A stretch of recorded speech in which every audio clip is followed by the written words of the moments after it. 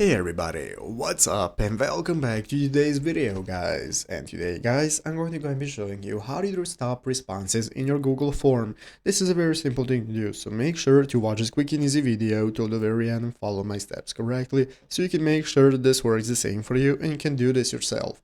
But yeah guys, let's get straight into it. So first things first, we're going to go ahead and be opening up the official Google Forms website right here at docs.google.com/forms. This is going to be the main page that you want to open up. Once you have opened it up, you'll be greeted by the main page right here in the upper right corner. First things first, we're going to log into our accounts. If you do not already have a Google account, what you can do is go and create a new one, and once you have created your account, you can log in normally, and now we can get started. So this is going to be our home page. Once it's logged in, we can get started with creating a new form from right here. Here we have our recent forms where we can take a look at the forms we have created and so on. So I'm going to open up one of the forms that, let's say, I do not want to take responses for anymore. So by opening the form right here, I'm going to click on it. It's going to open up my form. As you can see, I have a tutorial form for a video where I have a question with some answers, and now I do not want any more responses to my answers. What I'm going to do is open up the settings menu of my form right here at the top of the screen. Click settings, and now as you can see, this is not going to go and give us this option to manage the responses. As you can see, under the settings option, we have the responses option. You want to open it up,